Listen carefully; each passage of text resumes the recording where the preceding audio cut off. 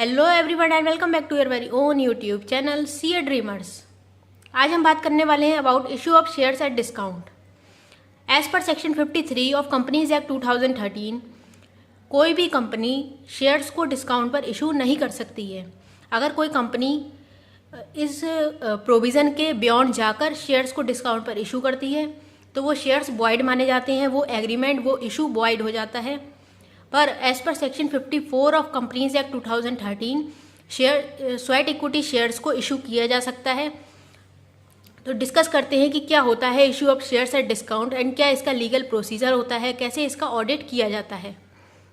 A company can not issue shares at discount as provided by section 53 of companies act 2013। Section 53 of companies act 2013 कहता है कि कोई भी company shares को discount पर issue नहीं कर सकती है। As per section 53 a company shall not issue shares at a discount. Section 53 के अनुसार कंपनी को शेयर्स डिस्काउंट पर इशू नहीं करने चाहिए accept in the case of an issue of sweat equity shares under section 54 of companies act 2013। Companies act 2013 एक और provision देता है अपने सेक्शन 54 में, जिसमें वो कहता है कि एक company sweat equity shares issue कर सकती है। पर अंडर सेक्शन 53 कोई भी कंपनी डिस्काउंट पर शेयर को इशू नहीं कर सकती है, वो एग्रीमेंट वॉइड होगा। Any shares issued bye a company at a discounted price shall be void. कोई भी शेयर जो डिस्काउंटेड प्राइस पर यानी कम रेट पर इशू करा गया है उसको वॉइड माना जाएगा। Where a company contravenes the provisions of this section, अगर कंपनी ने कंट्रावीन करा इन प्रोविजंस को, कंट्रावीन मतलब कि वायलेट करा, इनके बियॉन्ड कंपनी गई, इन प्रोविजंस को उसने नहीं माना, the company shall be punishable with fine which shall not be less than 1 lakh but which may extend to 5 lakh and every officer. तो कंपनी को पनिश किया जाएगा, कंपनी के ऊपर फाइन लग सकता है। कितने का? 1 लाख का फाइन लग सकता है और ज़्यादा से ज़्यादा 5 लाख का फाइन भी लग सकता है। And every officer who is in default, और जिस भी ऑफिसर की उसमें गलती होगी, जिस भी ऑफिसर ने वो डिफ़ॉल्ट करा होगा, शैल be punishable with imprisonment for a term which may extend to 6 months और with fine which shall not be less than 1 lakh but which may extend to 5 lakh और विथ बोथ। और जो भी ऑफिसर मतलब कंपनी पर फाइन लगेगा 1 लाख टू 5 लाख का fine लग सकता है, मैक्सिमम 5 लाख हो सकता है। और कंपनी का जो भी ऑफिसर उस डिफ़ॉल्ट में पकड़ा जाएगा, जिस भी ऑफिसर की वो गलती होगी, जिसने भी उस प्रोविज़न को कंट्रावीन करा होगा, उसको इम्प्रिजनमेंट यानी कि जेल हो सकती है।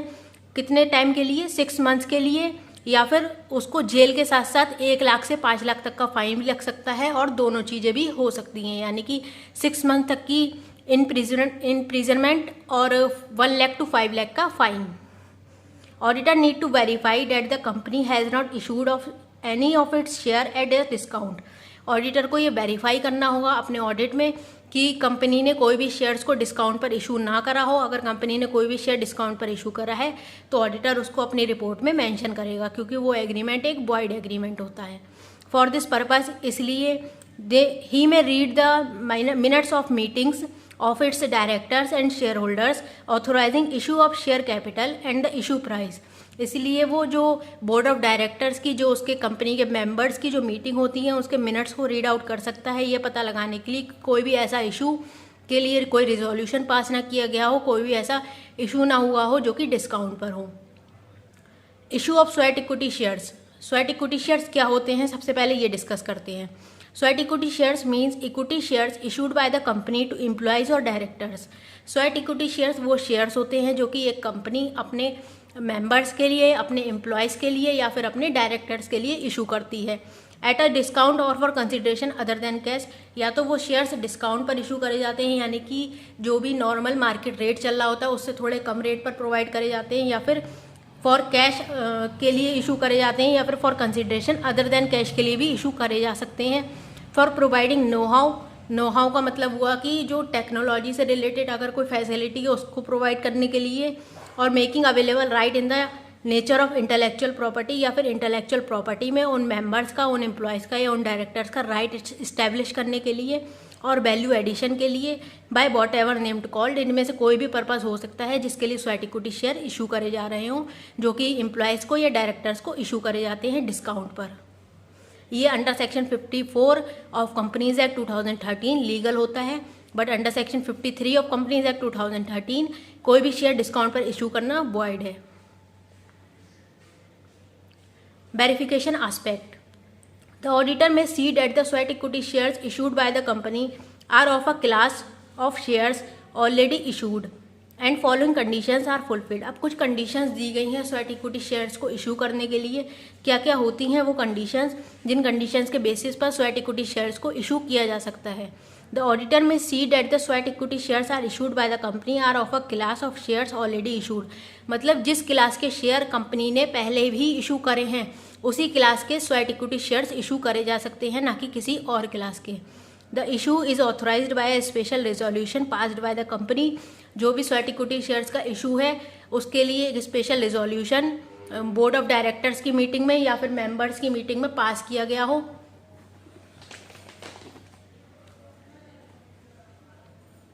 The resolution specifies the number of shares. उस रिजोल्यूशन में जितने भी नंबर ऑफ शेयर हम इशू कर रहे हैं उसको स्पेसिफाई करा जाएगा। द करंट मार्केट प्राइस क्या चल रहा है, कंसिडरेशन यानी कि उसके बदले में क्या दिया जा रहा है, इफ़ एनी, अगर कोई कंसिडरेशन है, और अदर देन कंसिडरेशन के लिए भी इशू करे जा सकते हैं, जैसे कि नो हाउ प्रोवाइड करने के लिए या फिर कोई इंटेलेक्चुअल प्रॉपर्टी पे राइट इस्टेब्लिश करने के लिए। एंड द क्लास और क्लासेस ऑफ डायरेक्टर्स, और जो भी क्लास है या फिर जो भी क्लासेस ऑफ डायरेक्टर्स हैं या जो एम्प्लॉयज़ हैं जिनको ये शेयर प्रोवाइड करे जा रहे हैं, कौन सी क्लास ऑफ डायरेक्टर्स को या एम्प्लॉयज़ को ये शेयर प्रोवाइड करे जा रहे हैं। मतलब कि टॉप लेवल के एम्प्लॉयज़ को, टॉप लेवल के या फिर मिडिल लेवल के एम्प्लॉयज़ को करे जा रहे हैं या फिर लोअर लेवल के एम्प्लॉयज़ को करे जा रहे हैं। तो अलग अलग एम्प्लॉयज़ की क्लास होती है, अलग अलग उनका लेवल होता है। तो कौन सी क्लास को हमने ये शेयर इशू करे हैं वो भी मेंशन करना होगा। Where the equity shares of the company are listed. अगर वो इक्विटी शेयर जो हमने इशू करे हैं, जो स्वेट इक्विटी शेयर हमने इशू करे हैं, वो अगर लिस्टेड है किसी रिकॉग्नाइज्ड स्टॉक एक्सचेंज में, तो equity shares are issued in accordance with the regulations made by the SEBI. तो सेबी ने जो भी गाइडलाइंस इशू करी होंगी, जो गाइडलाइंस प्रिस्क्राइब करी गई हैं, उसके अनुसार उन रूल्स एंड रेगुलेशंस के हिसाब से ही वो शेयर्स इशू करे जाएंगे। पर अगर वो शेयर्स लिस्टेड नहीं है किसी भी रिकॉग्नाइज्ड स्टॉक एक्सचेंज में, तो जो भी गाइडलाइंस उससे रिलेटेड पास की गई होंगी, जो भी गाइडलाइंस या जो भी रूल्स प्रिस्क्राइब्ड करे गए हैं बाय द कंपनीज एक्ट 2013, उसके हिसाब से वो शेयर्स को इशू करा जाएगा। इसमें भी यही लिखा है कि where the equity shares of the company are listed on a recognized stock exchange. अगर वो इक्विटी शेयर्स लिस्टेड हैं किसी रिकॉग्नाइज्ड स्टॉक एक्सचेंज में, the sweat equity shares are issued in accordance with the regulations made by the SEBI in this behalf. तो sweat equity shares issue करे जाएंगे उन regulations के हिसाब से जो सेबी ने बनाए हैं इस बिहाफ में। And if they are not so listed, अगर वो शेयर्स लिस्टेड नहीं है, the sweat equity shares are issued, तो स्वेट इक्विटी शेयर इशू किए जाएंगे इन अकॉर्डेंस विद, इस तरीके से, विद सच रूल्स एज में प्रिस्क्राइब, जो भी रूल्स प्रिस्क्राइब करे गए हैं उसके हिसाब से इशू।